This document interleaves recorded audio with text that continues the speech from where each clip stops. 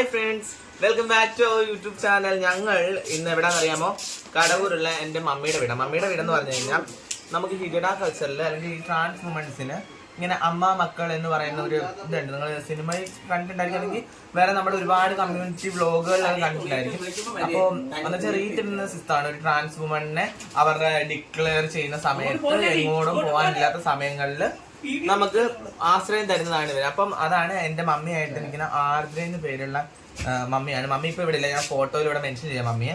അപ്പോൾ അവിടെ വന്നത് ഞങ്ങളിപ്പോൾ ഊണൊക്കെ കഴിക്കാനായിട്ട് തെവളി പോയിട്ട് തിരിച്ചിങ്ങോട്ട് വരുന്ന വഴിക്ക് മമ്മിയുടെ വീട്ടിലൊന്ന് കയറാമെന്ന് വിചാരിച്ചു. അപ്പോൾ ജസ്റ്റ് തേയിലവെള്ളം ഇട്ടപ്പോൾ മറ്റേ നമ്മുടെ ഉപ്പേരിക്കടയിലൊക്കെ നമ്മൾ കിട്ടുമല്ലോ ഒരു സാധനം, അതെനിക്ക് ബിസ്മി വറുത്ത് തന്നതായത്. അങ്ങനെ ഞങ്ങളിത് കഴിക്കുകയാണ്.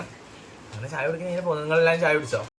പിന്നെ നമ്മളിപ്പോൾ ഈ റീത്ത് എന്ന് പറയത്തില്ല, ഇപ്പോൾ ഈ റീത്ത് എന്നൊക്കെ പറയുമ്പോൾ എനിക്ക് തോന്നുന്നു കമ്മ്യൂണിറ്റിയിലുള്ളവർക്ക് മാത്രമേ ഇതിനെപ്പറ്റിയൊക്കെ അറിയത്തുള്ളൂ. കാര്യം എന്ന് പറഞ്ഞു കഴിഞ്ഞാൽ ഒരുപാട് ആളുകൾക്ക് ഇതിപ്പോൾ അറിയാത്ത കാര്യങ്ങളൊക്കെ ഉണ്ട്. ഈ കൂടുതലും ട്രാൻസ്ജെൻഡേഴ്സിൻ്റെ ലൈഫ് സ്റ്റൈൽ എന്താണ്, അവരുടെ രീതികൾ എന്താണ്, അവരുടെ ഈ ചടങ്ങുകൾ നടക്കുന്ന സമയത്തൊക്കെ എന്താണെന്ന് അറിയാത്ത ഒരുപാട് ആൾക്കാരുണ്ട്. അവർക്ക് വേണ്ടി, അറിയാവുന്നവർക്ക് വേണ്ടിയല്ല, അറിയാത്തവർക്ക് വേണ്ടിയാണ് എന്നോട് പറഞ്ഞുതരാം.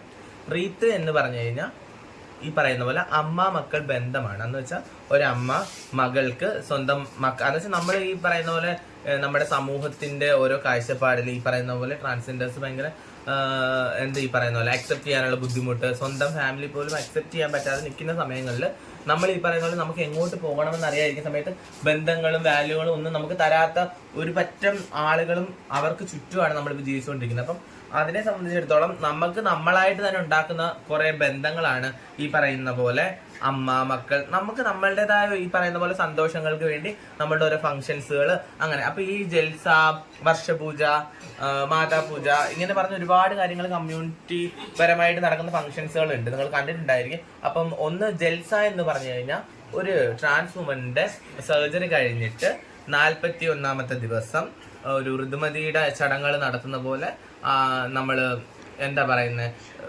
ഒരു റൂമിനകത്ത് കണ്ണാടി ഒന്നും കാണാതെ നമ്മൾ ദൈവത്തെയൊക്കെ മനസ്സ് വിചാരിച്ചുകൊണ്ട് നമ്മളുടെ ലൈഫിലെ ഏറ്റവും വലിയ ക്രിട്ടിക്കൽ ആയിട്ടുള്ള അല്ലെങ്കിൽ നമ്മുടെ ലൈഫ് സ്റ്റൈലിൽ ഒരു ടേണിംഗ് പോയിന്റ് ആണ് ഒരു ട്രാൻസ് വ്യക്തികൾക്ക് അവരുടെ സർജറി എന്ന് പറയുന്നത്.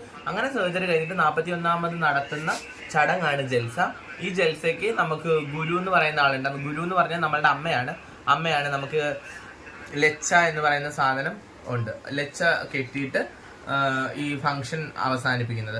അങ്ങനെ ഒന്നത്. 2 വർഷപൂജ എന്ന് പറഞ്ഞു കഴിഞ്ഞാൽ ഈ ജൽസ നടന്ന ദിവസമോ അല്ലെങ്കിൽ ഇവരുടെ സർജറി കഴിഞ്ഞ ദിവസമോ എല്ലാ വർഷവും ഒരു വർഷമാവുന്ന സമയത്ത് നടത്തുന്നതാണ് വർഷപൂജ.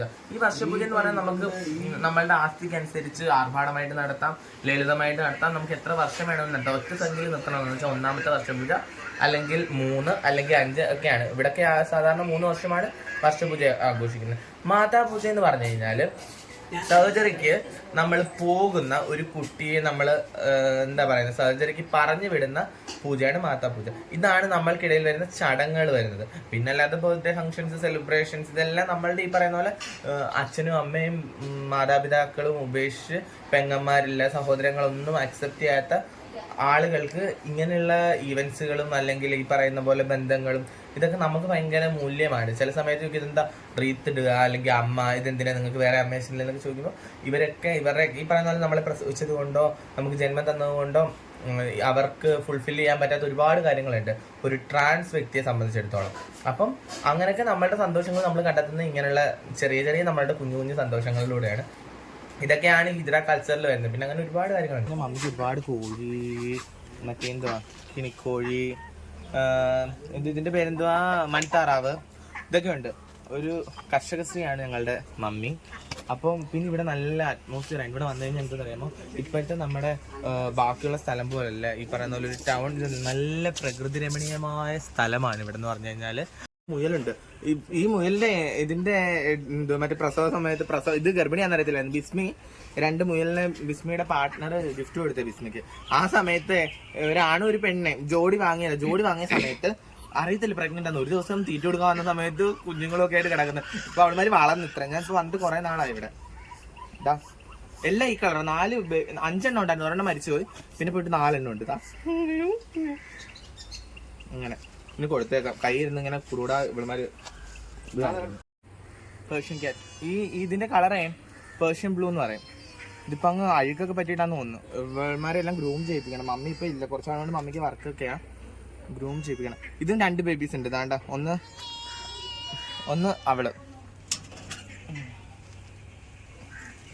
അതിന്റെ പേരൻസ് ആണിത്.